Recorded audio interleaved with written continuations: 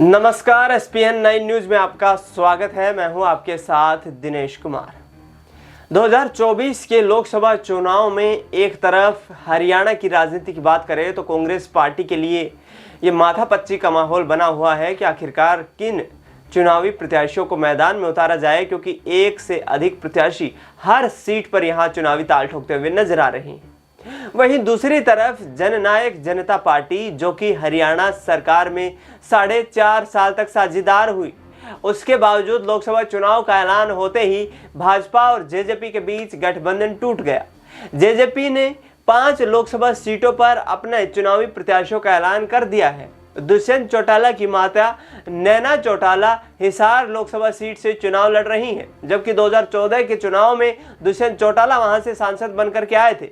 जबकि महेंद्रगढ़ भिवानी सीट से यहां पर राव बहादुर सिंह को मैदान में उतारा गया है। यानी कि इन दोनों सीटों की मांग भारतीय जनता पार्टी के समक्ष यहां पर दुष्यंत चौटाला के द्वारा की गई थी, लेकिन बीजेपी चाहती थी कि 10 की 10 सीटों पर खुद चुनाव लड़े, क्योंकि 2019 के लोकसभा चुनाव में 10 की 10 सीटों पर बीजेपी ने परचम लहराया था। और कहीं ना कहीं पार्टी का एक जो इंटरनल सर्वे था उसमें खबरें सामने आई कि यदि 10 की 10 लोकसभा सीटों पर चुनाव लड़ती हैं तो फिर से 2019 के आंकड़े दोहराए जा सकते हैं।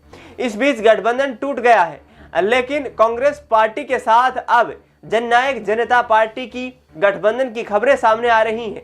देवेंद्र कादियान, जो कि जेजेपी के प्रदेश उपाध्यक्ष हैं, उन्होंने कहा है कि यदि भिवानी, महेंद्रगढ़ और हिसार लोकसभा सीट को कांग्रेस पार्टी छोड़ देती है जननायक जनता पार्टी के लिए या उन्हें समर्थन दे देती है, तो बाकी बची हुई 7 लोकसभा सीटों पर जेजेपी कांग्रेस को खुले मन से समर्थन करेगी। किसानों का मुद्दा हरियाणा में 2024 के लोकसभा चुनाव में एक अहम मुद्दा बन चुका है।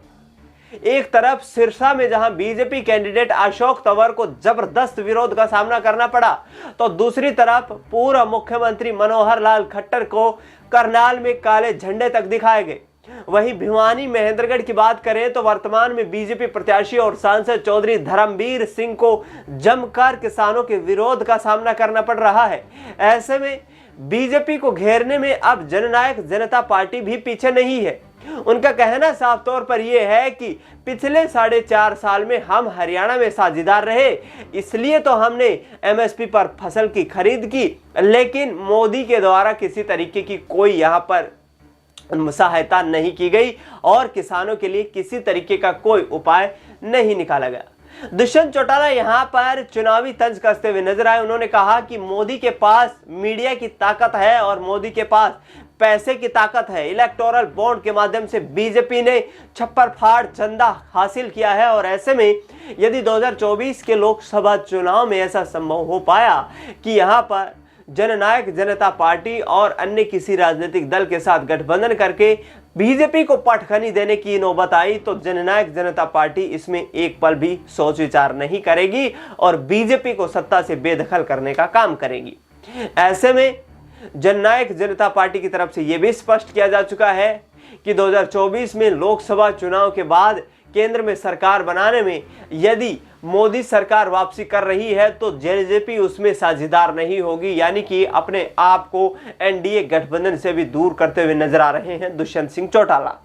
अब देखना यह होगा कि जेजेपी प्रदेश अध्यक्ष देवेंद्र कादियान की तरफ से दिए गए इस बयान के बाद क्या यहां पर भारतीय जनता पार्टी को चुनौती देने के लिए कांग्रेस पार्टी और जननायक जनता पार्टी एक साथ मैदान में आएंगी।